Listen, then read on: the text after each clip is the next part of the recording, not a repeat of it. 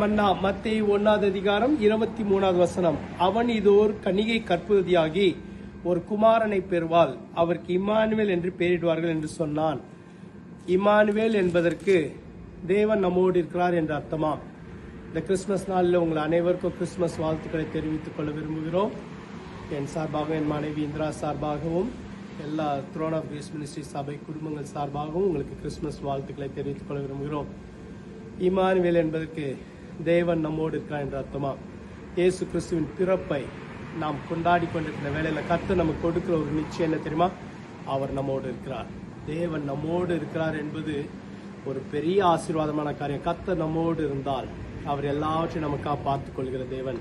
இயேசு பிறந்த காலத்துல ஜனங்கள் எந்த தேவனுடைய வார்த்தையும் இல்லாமல் இருந்தாங்க, தேவனுடைய அற்புதங்களை பார்க்க முடியாமல் இருந்தாங்க. ஆனா அந்த சமயத்துல இயேசு கிறிஸ்து பிறந்து தேவன் நம்மோடு இருக்கிறார் என்பதற்கு அடையாளமாக அவருக்கு இம்மானுவேல் என்று பெயர் இடப்பட்டது. இன்றைக்கு கர்த்தர் உங்களோடு கூட இருக்கிறார். ஒருவேளை நீங்க ஒரு காத்திருப்பின் காலத்தினூடாய் கடந்து சென்று கொண்டிருக்கலாம், மௌனமான ஒரு காலத்தினூடாய் சென்று கொண்டிருக்கலாம், ஒரு அற்புதத்தை பார்க்காத ஒரு காலத்துக்குள்ளாய் சென்று கொண்டிருக்கலாம்.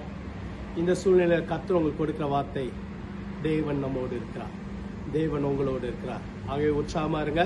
கர்த்தர் உங்களுக்குரிய காரியங்கள் எல்லாவற்றையும் பார்த்துக் கொள்வார். ஜெபிப்போமா? எங்களை அதிகமா நேசிக்கிற நல்ல ஆண்டவரே, நீர் எங்களோடு இருக்கிறக்காக நன்றி செலுத்துகிறோம். நீர் எங்களுக்காக யாவையும் பார்த்துக் கொள்கிற தேவனா இருக்கிறக்காக நன்றி செலுத்துகிறோம். கர்த்தர் அற்புதங்களை செய்யுங்க, ஆசீர்வதிங்க, வழி நடத்துங்க, உற்சாகப்படுத்துங்க, பலப்படுத்துங்க. இந்த நாள் ஆசீர்வதிக்கப்பட்ட நாளாக இருக்கட்டும். இயேசுவின் மூலம் ஜெபிக்கிறோம் பிதாவே, ஆமென். கர்த்தர் உங்களை ஆசீர்வதிப்பாராங்க.